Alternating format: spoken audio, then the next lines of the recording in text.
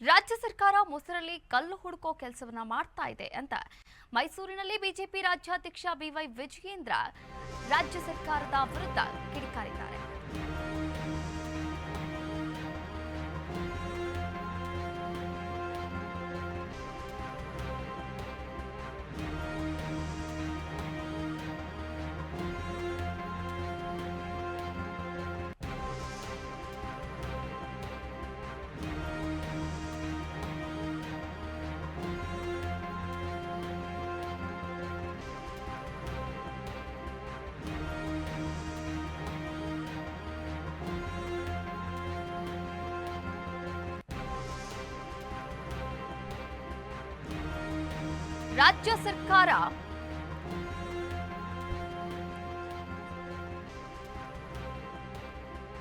ರಾಜ್ಯ ಸರ್ಕಾರ ಮೊಸರಲ್ಲಿ ಕಲ್ಲು ಹುಡುಕೋ ಕೆಲಸವನ್ನ ಮಾಡ್ತಾ ಇದೆ.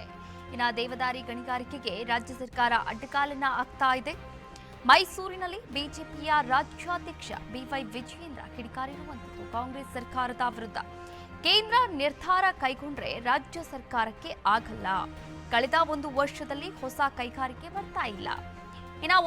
ರಾಜ್ಯ ಸರ್ಕಾರ ವಿದ್ಯುತ್ ದರವನ್ನ ಹೆಚ್ಚಳ ಮಾಡ್ತಾ ಇದೆ. ಇದರಿಂದ ಕೈಗಾರಿಕೆಗಳು ಬೇರೆ ರಾಜ್ಯಕ್ಕೆ ಹೋಗ್ತಾ ಇದೆ. ರಾಜ್ಯ ಸರ್ಕಾರದ ವಿರುದ್ಧ ವಿಜಯೇಂದ್ರ ವಾಗ್ದಾಳಿಯನ್ನ ಕೂಡ ನಡೆಸಿರುವಂಥದ್ದು. ಒಟ್ಟಾರೆಯಾಗಿ ಈ ಒಂದು ವಿರೋಧ ಪಕ್ಷ ರಾಜ್ಯ ಸರ್ಕಾರದ ವಿರುದ್ಧ ವಾಗ್ದಾಳಿಯನ್ನ ನಡೆಸ್ತಾ ಇರುವಂಥದ್ದು. ಇದೀಗ ನೋಡ್ತಾದ್ರೆ ರಾಜ್ಯ ಸರ್ಕಾರ ವಿದ್ಯುತ್ ದರವನ್ನ ಕೂಡ ಏರಿಕೆ ಮಾಡಿರುವಂಥದ್ದು. ಒಂದು ಕಡೆ ಬೆಲೆ ಏರಿಕೆ ದಿನದಿಂದ ದಿನಕ್ಕೆ ಜಾಸ್ತಿ ಆಗ್ತಾ ಇರುವಂಥದ್ದು. ಅಗತ್ಯ ವಸ್ತುಗಳ ಬೆಲೆ ಜಾಸ್ತಿ ಆಯಿತು, ಪೆಟ್ರೋಲ್ ಡೀಸೆಲ್ ಬೆಲೆ ಜಾಸ್ತಿ ಆಯಿತು. ಇದೀಗ ವಿದ್ಯುತ್ ದರವನ್ನ ಕೂಡ ಹೆಚ್ಚಳವನ್ನ ಮಾಡ್ತಾ ಇರುವಂಥದ್ದು. ಇದರಿಂದ ಕೈಗಾರಿಕೆಗಳು ನಮ್ಮ ರಾಜ್ಯವನ್ನ ಬಿಟ್ಟು ಪಕ್ಕದ ರಾಜ್ಯಗಳಿಗೆ ಹೊರ ಹೋಗ್ತಾ ಇರುವಂಥದ್ದು. ಯಾಕಂದ್ರೆ ಇಲ್ಲಿನ ದರ ನೋಡ್ಕೊಂಡ್ರೆ ಅಲ್ಲಿ ಎಷ್ಟೋ ಬೆಟರ್ ಅಂತ ಅನ್ಸಿರುವಂಥದ್ದು. ಈ ಬಗ್ಗೆ ಬಿವೈ ವಿಜಯೇಂದ್ರ ಅವರು ಏನ್ ಮಾತನಾಡಿದ್ದಾರೆ ನೋಡ್ಕೊಂಬರೋಣ.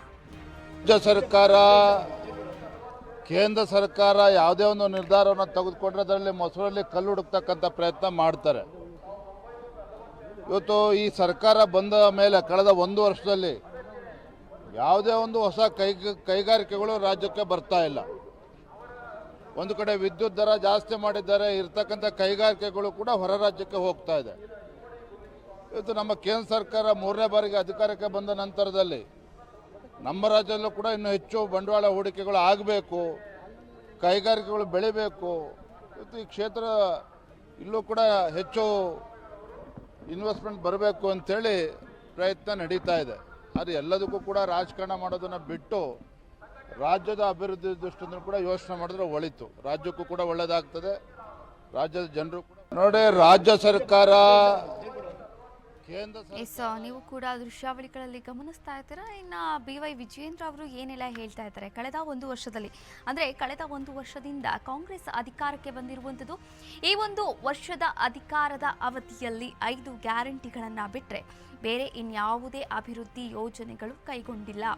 ಯಾವುದೇ ಹೊಸ ಯೋಜನೆಗಳಿಗೆ ಒಂದು ಬುನಾದಿಯನ್ನು ಹಾಕಿಲ್ಲ ಅಂತ ವಾಗ್ದಾಳಿಯನ್ನು ನಡೆಸ್ತಾ ಇರುವಂಥದ್ದು. ರಾಜ್ಯ ಸರ್ಕಾರ ಇದರ ನಡುವೆ ವಿದ್ಯುತ್ ದರವನ್ನು ಏರಿಕೆ ಮಾಡ್ತಾ ಇದೆ. ಹೀಗಾಗಿ ಇಲ್ಲಿರ್ತಕ್ಕಂಥ ಕೈಗಾರಿಕೆಗಳೆಲ್ಲವೂ ಕೂಡ ಪಕ್ಕದ ರಾಜ್ಯಗಳಿಗೆ ಶಿಫ್ಟ್ ಆಗ್ತಾ ಇರುವಂಥದ್ದು. ಇಲ್ಲಿ ಯಾರು ಕೂಡ ಕೈಗಾರಿಕೆಯನ್ನು ಮಾಡಬೇಕು ಅನ್ನೋ ಮನಸ್ಸು ಮಾಡ್ತಾ ಇಲ್ಲ. ಇಲ್ಲಿರುವಂತಹ ಕೈಗಾರಿಕೆಗಳನ್ನು ಪಕ್ಕದ ರಾಜ್ಯಗಳಲ್ಲಿ ನಡೆಸುವಂತಹ ಪ್ಲಾನನ್ನು ಮಾಡ್ತಾ ಇದ್ದಾರೆ.